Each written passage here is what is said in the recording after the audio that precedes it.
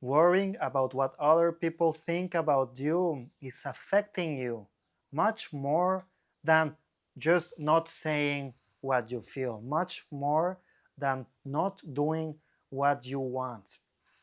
It's affecting you in an energetical level. And you need energy for many things, for everything. You need energy to feel happy, you need energy to feel love, you need energy to feel confident, to feel trustful. You need energy to do the things that you want while you enjoy them every day. Without energy, you live from a place of scarcity. Let's call this energy personal power or power. Without this power, you are empty. You are living to chase things. You are living to chase the love of this person. You are living to chase this money. You are living to feel secure with yourself. You are chasing all the time. And that's how people end up in this rat race, forgetting about who they are. They become someone they are not because they took very seriously the life uh, others want them to live. And this is a deep programming. This is what they have made us believe, that we have no power, that if we don't figure out things all the time, that if we are not thinking all the time and solving problems, that we won't live a happy life. But first, what is a happy life? What is a happy life? And we have seen the stereotype of what is a happy life in the television, in the news, in social media. What is a happy life? Okay, to have the perfect relationship, to have money, to have money to spend in all the consumerism things that we want, to own things, to accumulate things, to basically have a job that pays you a lot, to have recognition of others, that you are popular, that everyone loves you. So we are chasing that, right? We are chasing the love of other people. We want people to know that we are worthy because we have a lot of, uh, we have accumulated a lot, we have the right relationship, and all these kind of things. So living from that place where every time confirming that we are empty, that we are nobody. We are confirming that only we are somebody when we have all these kind of things. And this is how 95% of all the population is living right now. They don't know who they are. They are living a life that it's not theirs. So they forget about their emotions. They are not calm, they are not peaceful, and they are not enjoying every day of their life. Doesn't matter if it's raining, doesn't matter if it's very sunny, if it's hot, if there was a conflict, if they have a problem, like, or if they have food to eat in their table, they don't enjoy it. And this is all a programming. So I remember, for example, when I started in this spiritual journey, I felt like, okay, wow, God exists, because I took plant medicine and my life changed. I no longer saw life as just this like physical material thing anymore, space. I saw that there was spirit and that I felt so good being connected to the spirit. So then I now was chasing that. And I started to get really deeply into reading so many books and doing so many spiritual practices and chasing that high of being blissful, of being spiritual. So I deepened my spiritual practice to be in this kind of state, you see. But I attached this state to a personality of someone who needs to be really disciplined, really rigid, really hard with all this practice. So Only if I am this kind of person, I'm gonna feel good with myself. How wrong I was. This put me into many different kinds of situations. This put me in relationships where I put this mask, the mask of I am spiritual. So then I would get a relationship that they loved me for that mask. So now I was trying to keep this mask by saying the right thing, saying the conscious thing, saying the wise thing, being conscious and, spiritual. And whenever I wasn't, I lost the attraction of the relationship. And also, whenever they weren't, I lost the attraction of that person because I was attaching that expectation of the relationship to be this kind of spiritual person. And in how many areas of our lives we don't feel good enough if we don't fulfill this identity in whatever thing that we are doing. These identities are nothing else and nothing more than what other people think about us, including what we think about ourselves. So, what people think about ourselves is none of our business. And what we think of ourselves, think, think, not know, think, not feel, think, is not our own business. It all starts with the mind. The mind only sees black or white. The mind only sees good or bad. This works, this doesn't work. This is helpful, this is not helpful. There's no in between. There's no balance. Um, there's no like, I feel good, but I also feel uncomfortable. It's okay. You see? So we cannot live in this way anymore because if we are thinking all the time, trying to make everything perfect, even if we know that it's so imperfect, uh, we are wasting this personal power. Every time that we think if they like us, if we look good, if we said the right thing, we are draining our personal power. And life is a reflection of who you are internally.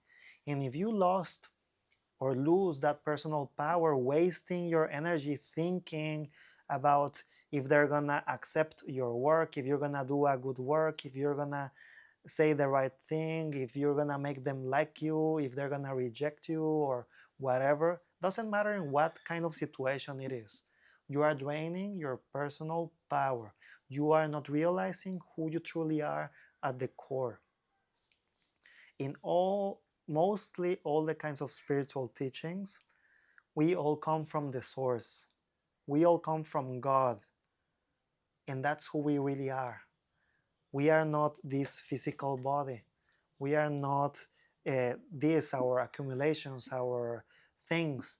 That's not who we are. That's a consequence of who we are. So that's how people start to do things that are not in alignment with harmony of life to keep accumulating things. They disguise themselves, they become who they are not to get those things. Either they work too hard, like the spectrum goes from doing good things or bad things. For example, you can work really, really hard 12 hours a day to get this thing that you want because you have a positive moral or ethic, okay? And because you want to be good, then you do good things, but you force yourself, you try so hard to do the right thing. But also, if your ethics and your morals are not positive, then you start to steal people, you start to lust people, betray people, and being completely dishonest, unethical with people. And doesn't matter what part of this relationship of good and bad you are, you're acting from not knowing who you truly are at the core. If we want to know who we are at the core, we need to stop uh, believing that this makes us. We need to eliminate that social conditioning. We need to liberate ourselves from guilt and from shame. We need to start to act from a different set of belief systems. They say that God will provide, and that's so true. But that doesn't mean that you don't have to follow your heart.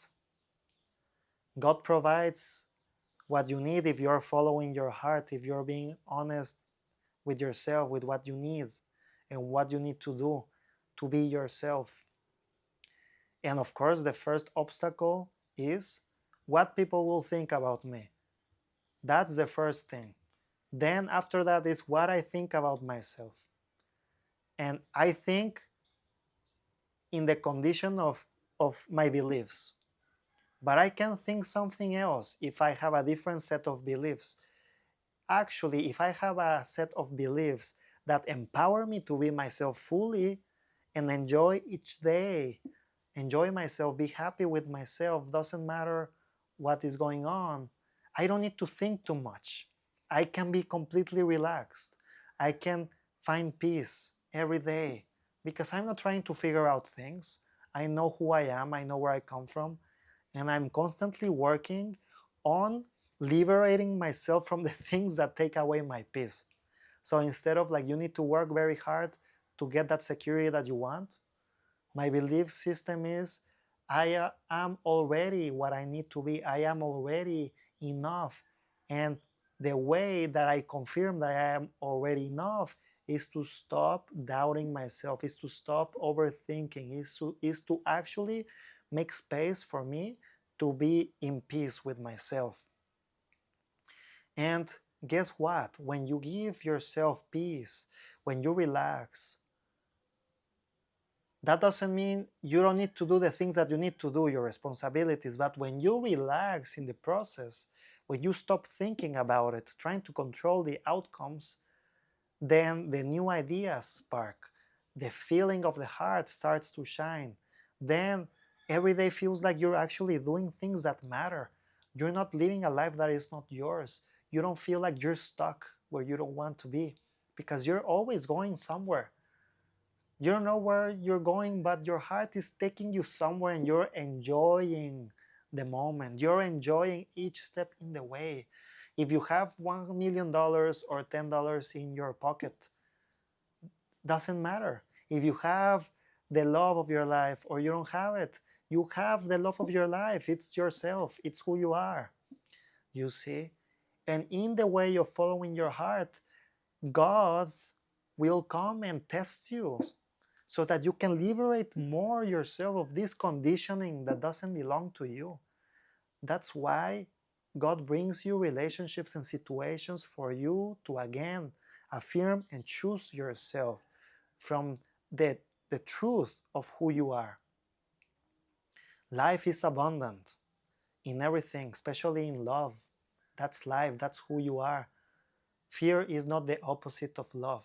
Fear is an emotion. Love its source. But fear clouds it because fear leads you to overthink and doubt yourself. Doubting yourself is a way to say to life that you don't know who you are. And if you don't know who you are, you don't give space to what you truly are, which is love, the light, the abundance. The abundance that has made you grow until now. The abundance that grows, that gives you fruit from nature, gives you the nourishment. Its abundance is a function of life. It's impregnated in you. Abundance comes from within you. And life is a mirror. If you act from who you are, life gives you back. But you don't need to expect things to come to you. Expect you to be abundant. That's different. Expect you to be loving, to act from the source, from your new set of beliefs. Expect you to not give that thought to what other people think about you. Put yourself a limit. Put yourself a limit. Reflect in what that thought is telling you about yourself. Use your thoughts in a positive way. Instead of trying to solve the problem, use the thought to see what the thought tells you about yourself. Oh, I'm overthinking too much. I will give myself peace. Then I go to meditate. Bring yourself to balance every day. The more time you are without thinking, the more the path is going to be cleared away. But first, stop worrying about what other people think about you, especially what you think about yourself. So, if you like this video, please don't forget to like and subscribe. And if you want a technique to transmute your emotional triggers into confidence and trust, you can find in the link below in the description. You can download it. This will help you to catch yourself when you're being triggered. And instead of people pleasing, to choose yourself. Instead of avoiding conflict, to set healthy boundaries. It will give you that inspiration, that feeling from your heart to do what you need to do and affirm your worthiness, and creating that confidence that you need to be yourself, fully relaxed, fully peaceful, okay? So yeah, thank you so much. My name is Isa. I'm happy to have you here. And here on the right, you can find the link to the next video. Namaste. Take care.